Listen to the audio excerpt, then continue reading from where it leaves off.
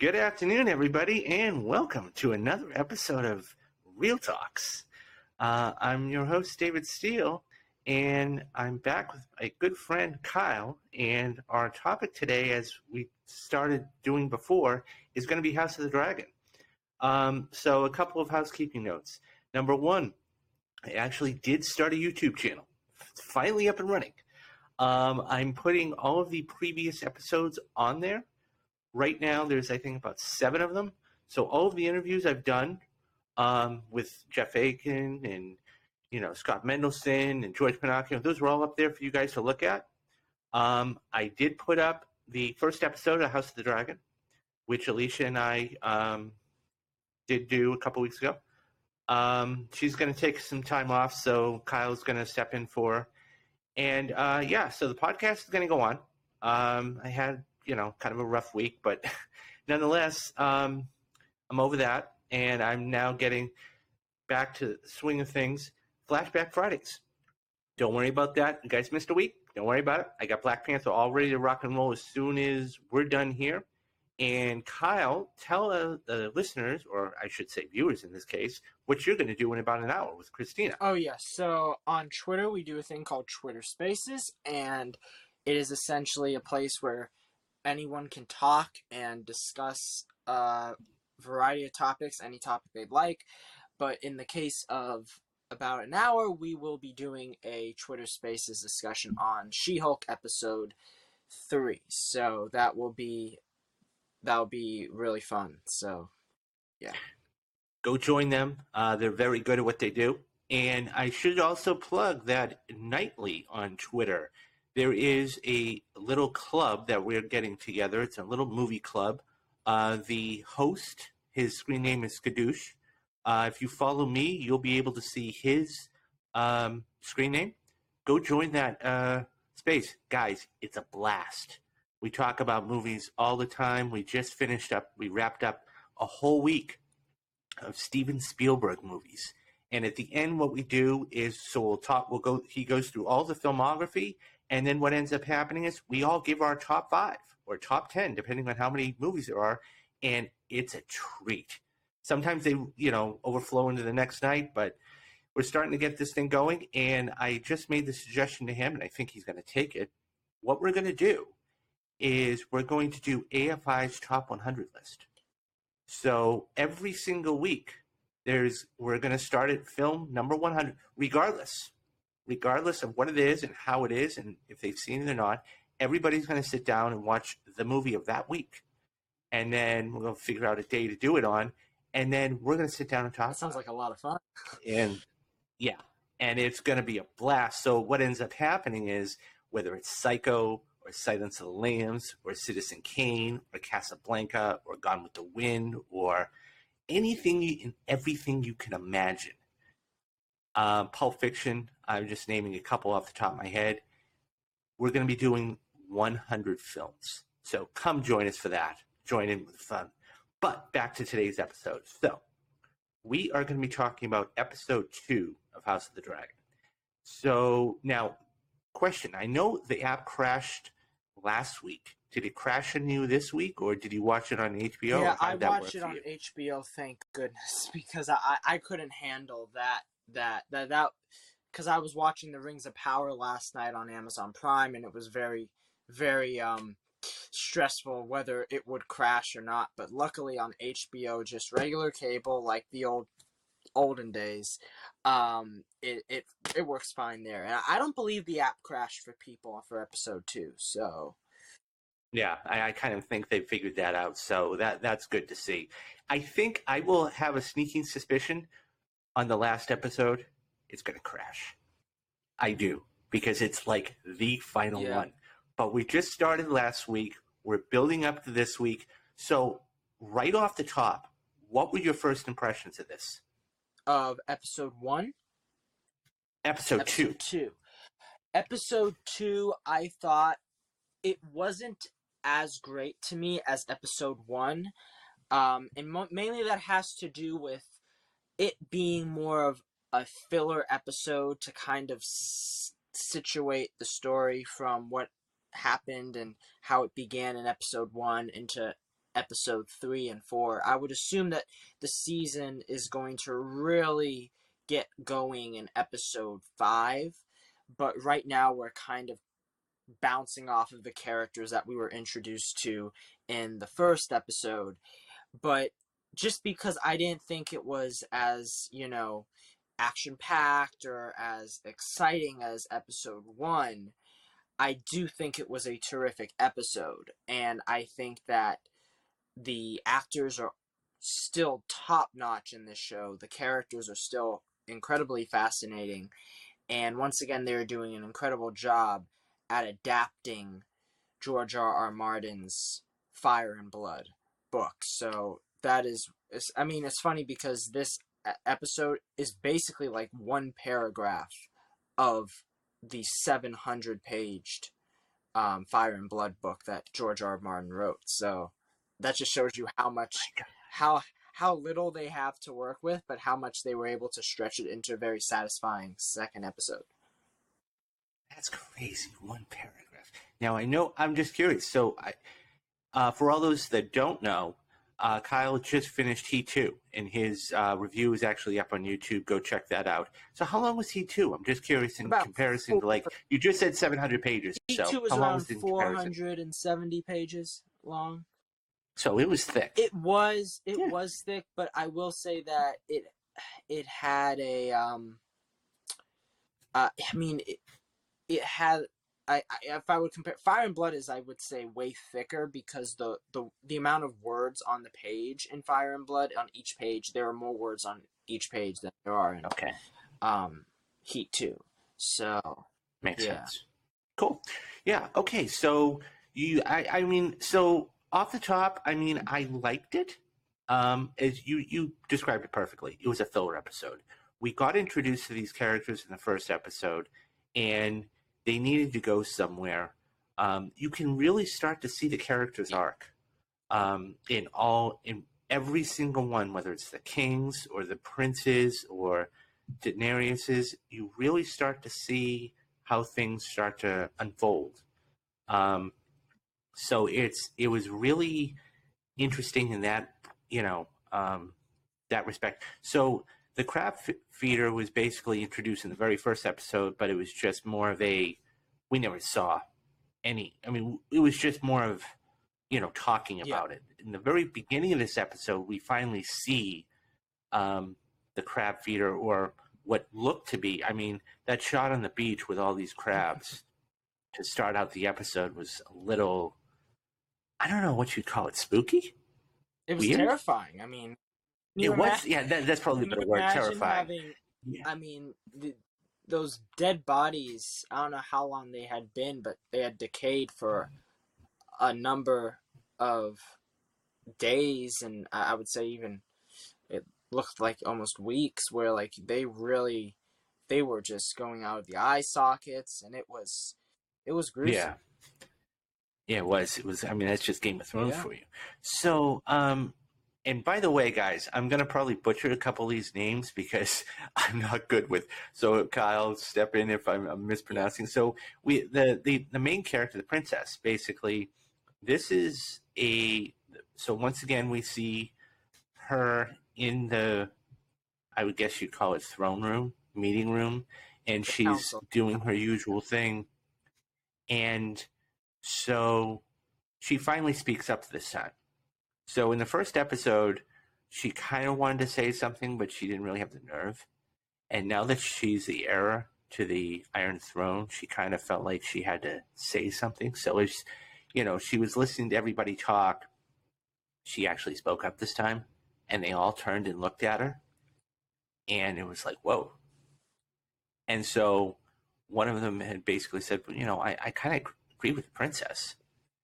And so, of course, they didn't heed the advice, but it was just, you can really start to see. I have a sneaking suspicion, maybe even by episode 5 or 6, that she's going to be very strong-willed.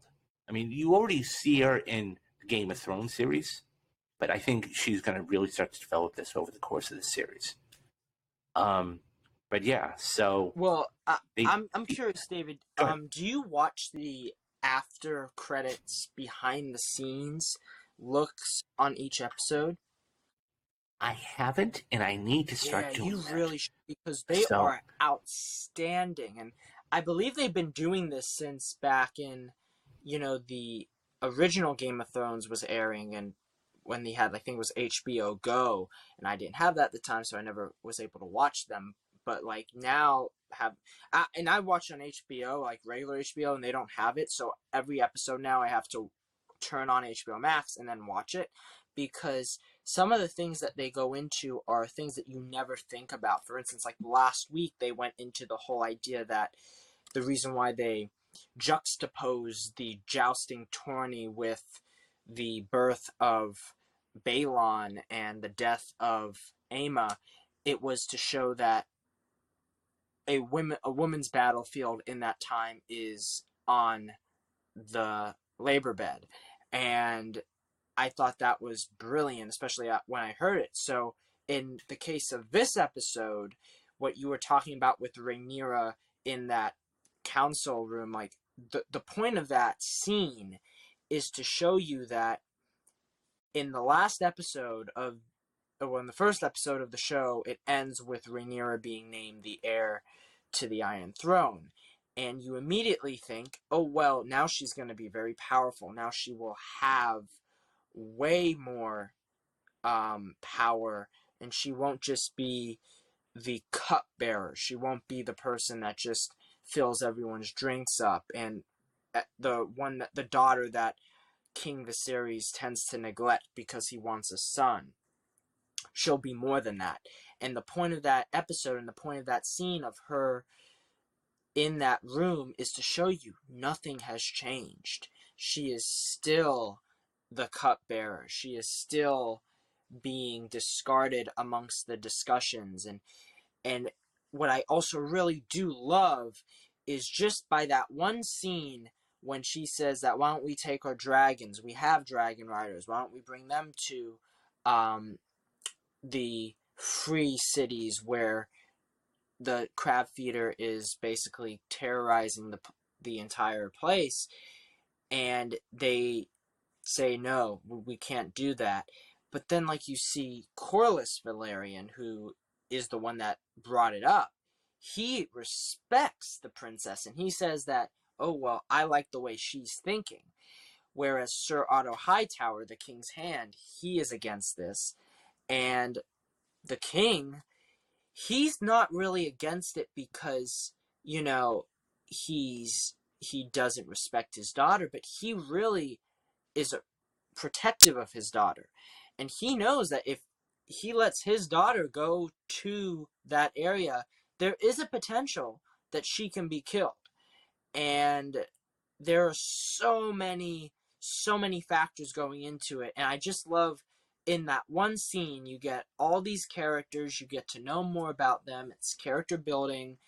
And there's also precedent for the history of Westeros in that moment, because in the book Fire and Blood, there are a number of stories before Rhaenyra was in the picture, before this period of time, where you had dragon riders and you had the Targaryens going amok and causing trouble and burning cities and doing these things that they now, their legacy has to deal with.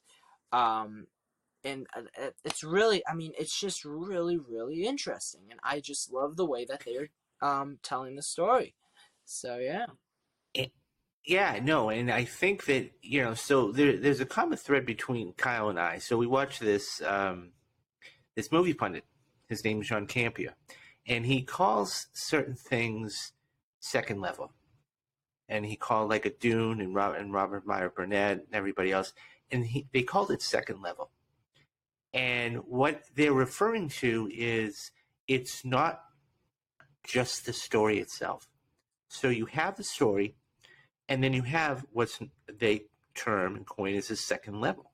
So it's a whole other story, arc, character building, everything else going into that. So what he was just describing there was more of, we see this as why they want to do it, But in the grand scheme of things, they can't because of a different reason. And we're only 2 episodes in, and this is only showing one character. So now think about this as the original Game of Thrones series, right? So you had the Hand, you had Daenerys, you had all the Lannisters, you had all these families and all these characters. That's why it was so rich.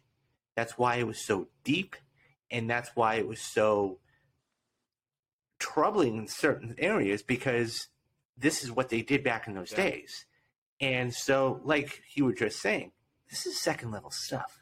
The writing here, mark my words, next year for Emmys, you're going to see them get nominated for Emmys. And I don't know what the number was off the top of my head, but what I do know is in the 8 seasons, they won a lot of Emmys. A lot of Emmys. So I think that this is going to be right there. I also believe that in the grand scheme of things, we're watching this right now in real time. I think it's going to be fascinating to look at this, let's say, 5 years from now. Yeah. And go, really? This and this and this. And that's how things age. And that's true of movies too, but especially of this right now. So moving on, speaking of, so you hit on a couple points. Number one was the dragons. And there was a major factor there. And so the prince, the king's brother, decided that he wanted to occupy Dragonstone. Illegally, mind you. So now they're kind of in a dilemma, right? They don't want to go to war, especially with his brother, who, by the way, just in the last episode, he's jaded because he feels that, hey, look, I should be the rightful heir of the Iron Throne, not her. And second of all, he took something that is extremely valuable to not only the realm, but the kingdom. And that's a dragon egg. And especially valuable to Rhaenyra, because this is one of the best parts of the episode to me, because you realize in this episode that not only did Daemon steal a dragon egg, but he stole the specific dragon egg that Rhaenyra chose for her brother who had just died, Balon. And the way that Targaryens work is it's a custom to give the baby, the child that is just born, a dragon egg and to put it in its cradle so that way they can bond, and that essentially they become connected to their dragon. And Rhaenyra chose that dragon for her son. I mean for her brother. And there's so many layers to this, because it's like you would think, oh, she would hate her brother because... Well, don't forget that what she said when they found this out. Which egg did you... And by the way, I love how it was in the tongue of that. And she says, which egg did he steal? And at that point, it's like, uh-oh. So, so to your point. I mean, what's so fascinating is that Daemon, as we see in the first episode, Daemon and Rhaenyra's relationship is really close. They really are bonded together, and he pays more attention to her than her own father pays attention to her. And you see him in that first episode give her that necklace made of Valyrian steel. And one of the best hidden Easter eggs of the episode, and something that I didn't even notice until I went on Twitter, you notice she's wearing that necklace even at the start of this episode. Like, she's wearing this necklace the whole time. But when he takes the egg and she goes to Dragonstone to tell him to give her the egg back, she's no longer wearing that necklace. And she's no longer wearing that necklace for the remainder of the episode. So you see their relationship has been fractured. But in that moment where you see her tell him, if you want to kill someone, brother, why don't you just kill me? Why, enough with this bother. He looks at her, and the look he gives her is not only a look of respect, but a look of admiration. And I think that is a beautiful scene. We can discuss it now. Like, what did you think of that sequence when she flies through the No, that dragon? was fabulous. That was fabulous, and the simple fact of so the scene in which Kyle is describing, so they're marching on the I would call it bridge, and then by the way that establishing shot, and I mean it's Game of Thrones we're talking about, so every single shot while it's there, it's amazing. So you have these two forces coming in on this little small area, okay? And you think, okay, there's going to be some bloodshed here, there's going to be some combat. And out of nowhere, I love the fact that we see off to the left the clouds and the shape of the clouds. And out of nowhere, this huge dragon just comes out of nowhere, because before that shot, we see the dragon, because it was going to be hand to hand, man to man. And then the dragon perches itself on top of the thing and says, look, okay, we kind of have to back down here. And then out of nowhere, this dragon just comes flying out of nowhere, and you just see her on the saddle of the dragon and just puts herself down. And talk about respect. Of course, she's a princess. Of course, you see all the guards just go. And of course, she just walks right up to her brother and says what you were just saying. Look, what are you doing? Why are you here? If you're going to kill somebody, kill me. And so what you just described it beautifully. And she's like, here, take it back. And so this leads to another sequence, because at that time, we then see the princess and her I'm going to call her best friend. I don't know her name off the top of my head. Allison. The one that, right, okay. So she is the one that the king, so her father had said to her, listen, you need to go go comfort the king. Maybe you want to put on one of your mother's dresses, who had passed away. So, they had starting to form a bond. And in the beginning of the episode, we see that one of the dragon pieces, so she was reveling at the mock of the city. And so one of the dragon pieces actually broke. And so what ended up happening was, later on in the episode, she actually presents him with a gift. And it was the dragon model repositioned and put back together. So at that point, they go down, the two girls, young ladies, go down, and they're kneeling in front of the statue, and so they're having a heart to heart, so to speak. It's like, I miss my mother, and I miss mine too. And so at that point, they're now starting to become closer. And so then at that point, it's more of, they want to, because the king had, so the king's, I believe it was the king's hand, and some of the other council said, you have to choose a wife. So at that point, they wanted which I don't know if it made you uncomfortable or me uncomfortable, but maybe they didn't have to, but this young girl. So they wanted her to be the king's wife, and she was only 12 years old. And she's like, well, you wouldn't have to bed me until I was 14. And I went, okay, I get it. Her mother told her that. So, yeah. Yeah. So at that point, it's like, and this is just tells you, the times. So at that point, it's like, okay. And so he was in a dilemma, okay? Because he was really starting to become fond to, the one that he had been talking to, but he also understood that if I do this other thing, I'm going to become more powerful. So what do I do here? Is it power or love? And so that's when, because the king had asked her and said, you're not having conversations with her, meaning the princess, about this, are you? And she said no. And because, as we find out later in the episode, and toward the end, but we'll get there in a minute.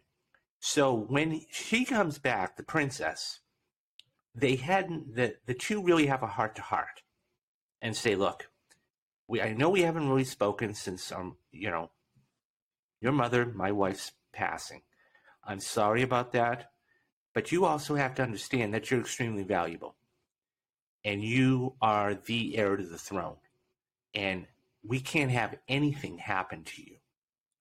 And it's at that time that she really starts to earn her father's respect.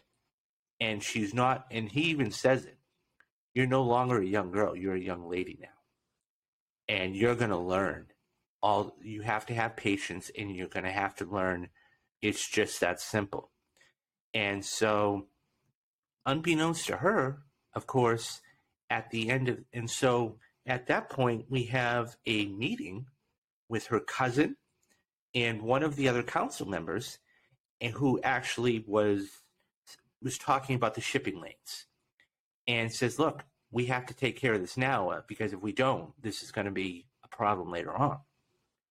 So he's juggling a lot there. He's got to deal with this. He has to deal with finding a wife. He has to deal with his 15-year-old daughter. And so at that point, it's like, okay, what do we do? And so we fast forward, and near the end of the episode, he says, so he actually speaks to another council member and says, what should I do? And this just even shows you the medical, like not terminology, but what they did for medical purposes. Yeah. When he had to stick his finger in the leeches, in the maggots. Oh, that's okay. So now we know the crabs were terrifying. I think that was the most terrifying part of it. I mean, aside from the whole, betting a 12-year-old, 14-year-old girl, the most terrifying thing I think is that maggots. That creeped me out. That was, ew. Yeah. So, anyways, he's actually asking one of the other council members. He's like, "I want you to be honest with me. What do you think I should do?" And he says, "Well, if you want me to be honest, I think you should." And then just as he's about to give his statement, the door opens and says, "We have a problem." And so then at that point, so later on we go and find out that the king had made his decision and says, "Look, I've come to the realization that I have to pick a wife. And I'm going to pick her. I'm going to, love over power." And that's like the last 2 minutes, and you see not only is she shocked, but her daughter is fuming and upset, and she just storms right out. And everybody's like, "What did you do?" So that's where it ends. Like, I haven't watched the trailer for the third episode. I don't know if you have, but so I guess the $64,000 question is, where do you think they go from here? Well, I have watched the trailer for the next episode. So I do, especially since I've read the book, I do know in a way where it's headed, but I think that the next episode, I will say now, there will be a time jump. I don't know if you picked up on this, but in this episode, this second episode, it takes place 6 months after episode 1. And you can tell a significant amount of time has passed since then. There will be a longer time jump happening next episode. And if you haven't watched the trailer, there is something that I can only assume will kind of shock a bunch of people watching. They'll be like, "Wait, what's going on now?" Because it is a bit of a significant time jump. Some actors will not be played by the same actors that are in these past 2 episodes. That's all I will say. But I am very excited for next week because I think that thanks to this time jump, we will be seeing some significant things happen. But I do want to go back to the whole thing about the series decision with Allison, because I think there's a underlying thing that a lot of people aren't talking about, and the reason why he chose Allison, because there is that idea. It's like, if you think about it, his best move was to marry Lenora Valerian, who is the 12-year-old child. It's disgusting, but back in that time, things were different, and there were two factors. One, she is essentially, by him marrying her, he is tying together the two houses, the Valerian house and the Targaryen house, which are the oldest houses in Westeros. The Valerians go all the way back to even before the Targaryens in Valeria, where they had lived before they went to Westeros. And there was that when in the first episode they mentioned about this council decision that Viserys was made king over Rhaenys, his cousin, who was then she became the queen who never was. She was the rightful heir, but they chose a man over a woman. Now, in that decision, she was already married to Corlys Valerian. And if she had been made queen, essentially, Corlys Valerian would have been in that Valerian family. They should have been the lead. They should have been the real leading royal family of Westeros. But in that decision, it was made into Viserys. So there's a bit of bad blood there between the Valerians and the Targaryens. And if Viserys had married Laenor Valerian, they would have united the houses. Now, the other reason why he should have done this was because if he did that, Rhaenyra, she would have not been as upset, because Rhaenyra, now knowing that Alicent is going to marry the king, she feels betrayed because her friend is now essentially going to be her stepmother. And as we have seen in these past two episodes, aside from Daemon, the only other person that she fully trusts is Alicent. And now with that trust broken, she doesn't... I mean, if you remember in Game of Thrones, when Daenerys lost not only her friends to death, but even like in the final season when she lost Jon Snow in his, when she kind of went mad herself and she no longer could trust him, and Tyrion and other characters, she became quite unhinged. And this is going to lead Rhaenyra into a path towards darkness, essentially. So it really was a better idea if Viserys married Lenora. However, if he married... the reason why he married Alicent is that I think, in a way, and it's kind of weird to think about this, but I think Alicent represents Rhaenyra. And I think that she represents someone that he is unable to communicate with. And he always tells her, like in this episode, oh, it's so much easier to talk to you. You never tell Rhaenyra about her talks. And it's because of this that I feel he somehow needs to connect with someone. His wife is gone. So it's kind of like an extension of her daughter. Exactly. And I think that there is something incredibly moving over that, because it shows you a man who's never been able to quite connect with his daughter, and the only way that he can connect with her is through Alicent. And the ironic thing is, now because of this marriage, it will only drive him and his daughter further apart, and it will drive Alicent and Rhaenyra further apart. And that is definitely where I think episode 3 will be going, because no, you're right about that. And so, I mean, and then you hit the nail right on the head. Like, so she is an extension of her daughter. And so, because he is able to have the connection with her that he's not able to have with his daughter. And that's so incredibly important. And even in that scene, like I was saying, where he says, look, I know we haven't spoken since, your mother's death, and that's on me, and I feel horrible about it, but I definitely want you to start to feel like you can trust me.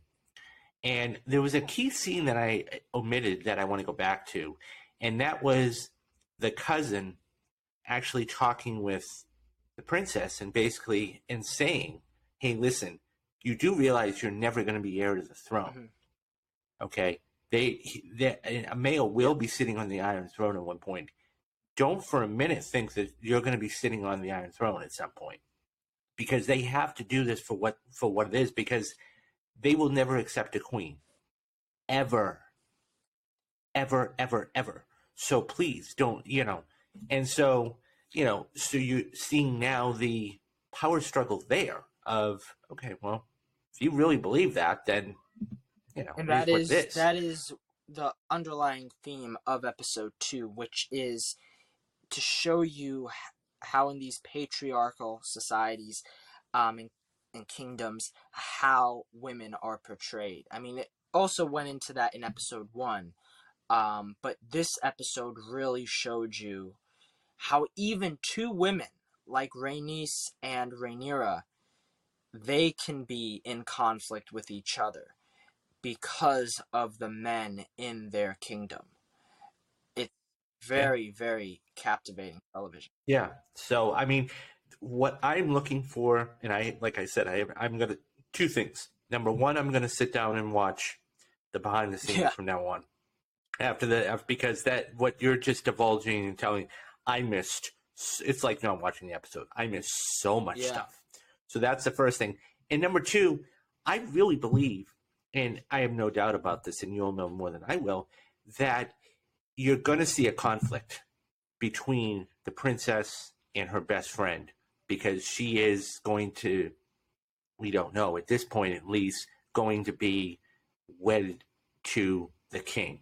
And not only that, but if she does become a queen, that's going to be really fascinating to see how everything, it's amazing. And this is why it's called Game of Thrones. It's like chess. I mean, we're going to go back to a simple, I always use the line all the time. It's chess. It's not checkers. Yep. Okay. It's, you got to think 2 steps ahead of your opponent. And in this case, if the king marries her, how does that one move change the whole landscape of the realm? Because, you've got the dichotomy between that and the daughter. You have that, the dichotomy of all of these different people. And then you've made this person upset because you wouldn't actually take her as your daughter or as your queen. So it's more of, you're damned if you do, and you're damned if you don't. I want to mention the ending, though, that is also significant in terms of the partnership now of Corlys and Daemon, which is going to play a major part in next week's episode, when they actually now team up to fight off this crab feeder. And you see how Daemon, he doesn't like when Corlys talks bad about Viserys, because even though Daemon has his issues with his brother, he is still his brother, and Daemon loves his brother. And that's where he says, basically, like, so I love the shot. I mean, he's talking, and then you just see the camera slowly start to pan over, and after about, 10 seconds, you see a shot of the brother. And so he says something, and then basically he's right there in front of the fire, and he basically says, you don't get to talk ill about my brother. I do. Yeah. He's my brother, and he's the king of this realm. So yeah, I mean, that in itself, I always say, and this is just my own term, but I would say that in every good television show, you have, in the last 5 to 7 minutes, you have what's called an oh shit moment. And it's that twist or that shot or that moment where you go, oh shit. And what ends up happening is it's a complete reversal and complete change of what you're thinking, even though it's kind of like a movie twist in a movie, but it's in a television show. And that was the oh shit moment for this episode. And so moving forward, there is so much to look forward to. And, I mean, it's only going to get better, guys. Yeah. It really is. Any final Yeah, thoughts about the episode? I want to say how much I loved them reusing the Game of Thrones theme song for this episode, especially in the beginning, because when I tell you, David, when you hear the dun, dun, dun, dun, dun, and then you hear it for I mean, we heard it at the end of the first episode, but like the true title sequence main theme song, I jumped out of my seat and I was like, yeah, like we are back in Game of Thrones.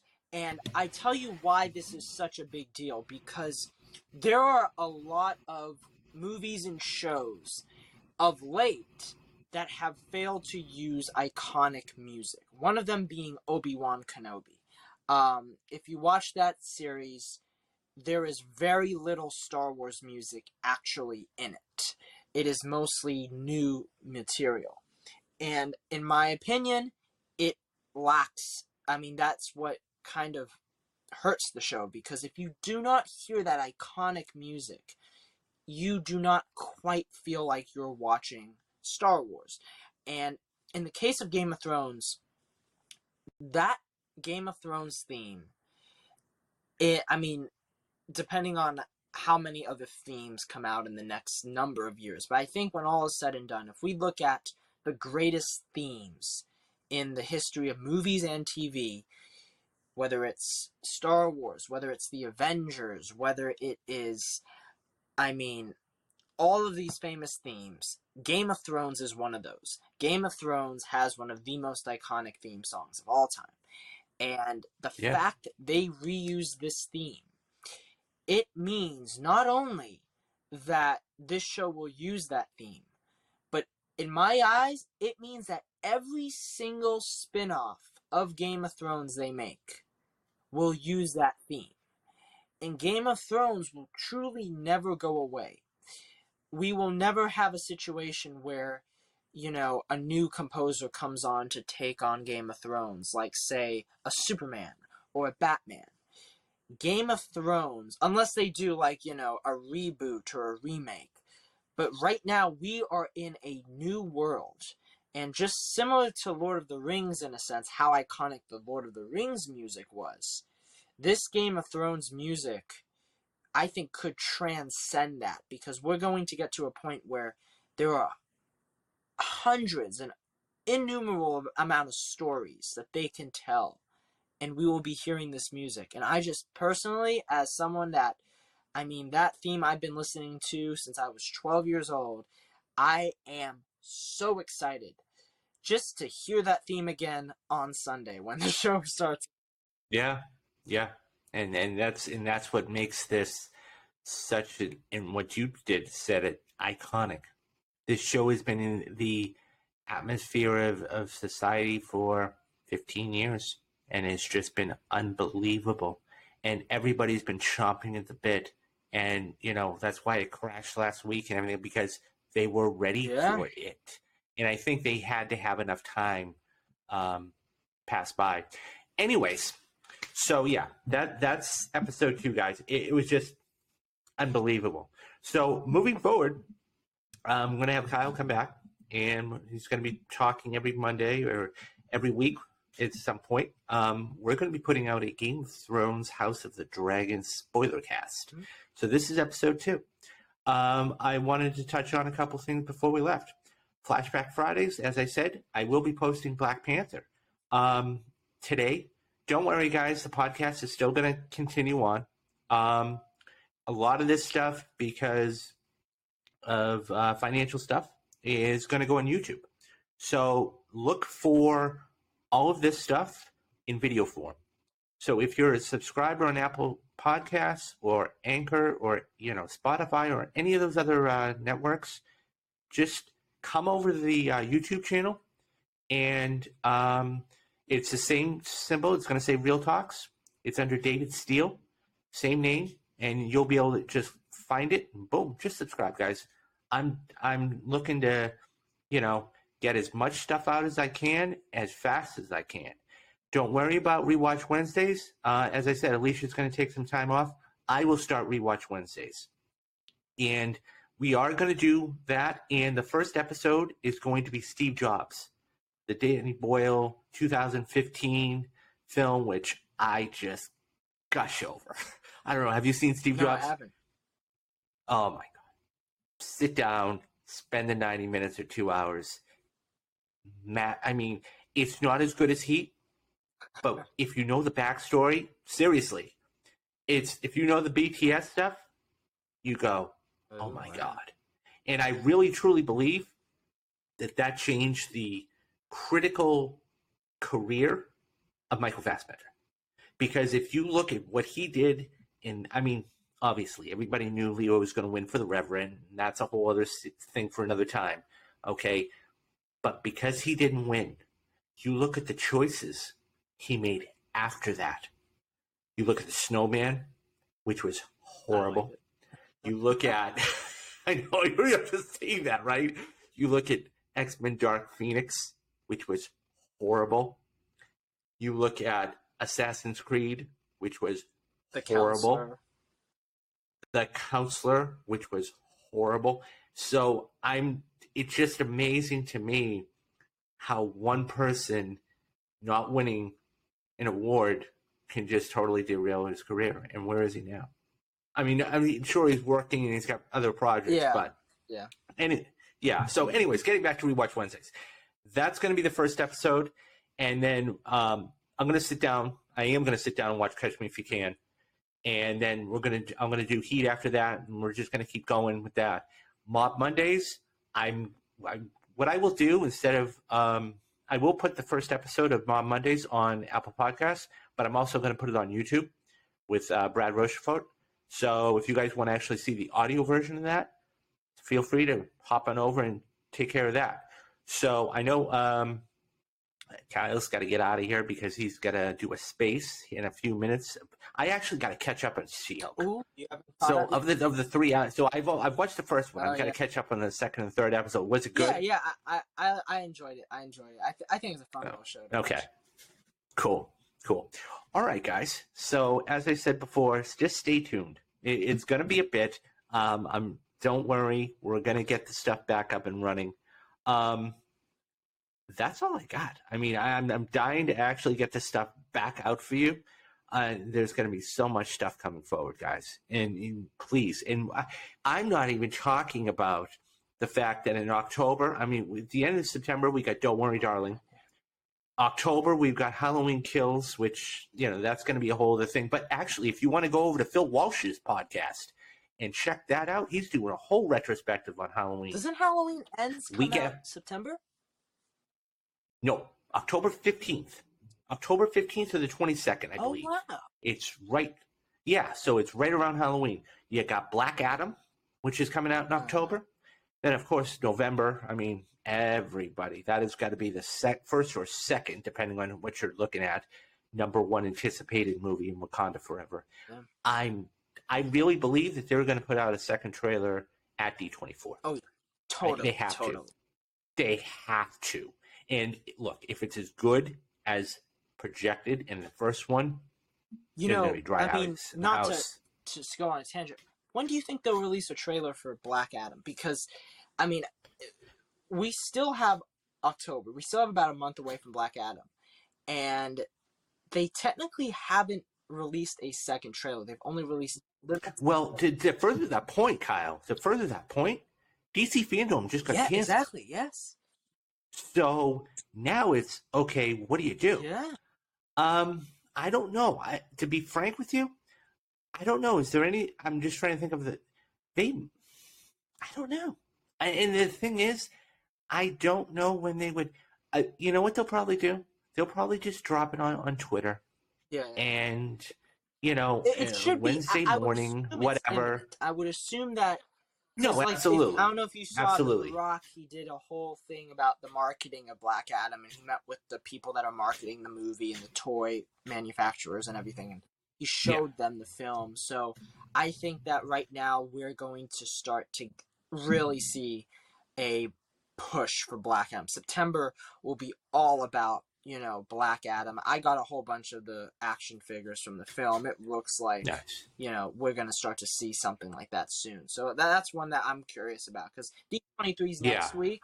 But Black Adam is before Black Panther, so Yeah, so I mean that in itself is going to be great. So we got Wakanda Forever, and then I think we're not even talking about the biggest film of the year. Yeah. And that's dropping right around Christmas. And that's Avatar: The Way of Water. Now, truth be told, I have not seen Avatar. I have to sit down and watch it. And I will watch it before December, I promise. But the thing is that two things. Number one, I think Wakanda Forever is probably going to make. It's not going to do Spider-Man No Way Home numbers opening weekend. Spider-Man No Way Home made 250 or 260. I think it's probably going to do like 230. It's going to make more than Black Panther. Avatar: The Way of Water, I wouldn't be shocked to see this break 200. I wouldn't be shocked because it's been, 18, 19 years, very close to it. And it's one of those things where this is one of those films that you have to see in IMAX. Mm-hmm. Yep. So we got a lot of stuff coming up for you guys, and just stay tuned. And we're going to get this whole thing rolling. So like I said, for all those people, please go subscribe on YouTube. And don't forget, I didn't even bring it up, and I know he's got to get out of here, but don't forget, we do have a Patreon. It is very affordable for you guys. There's 4 levels. We got $3, $7, $15, and $20. $20 gets you a Zoom meeting with Alyssa and myself for an hour, and it gets you 1 unpublished podcast, and that nobody else is going to get. So go check that out. All right, guys. So we're out of here. So for David Steele and Kyle Aiken, this has been Real Talks.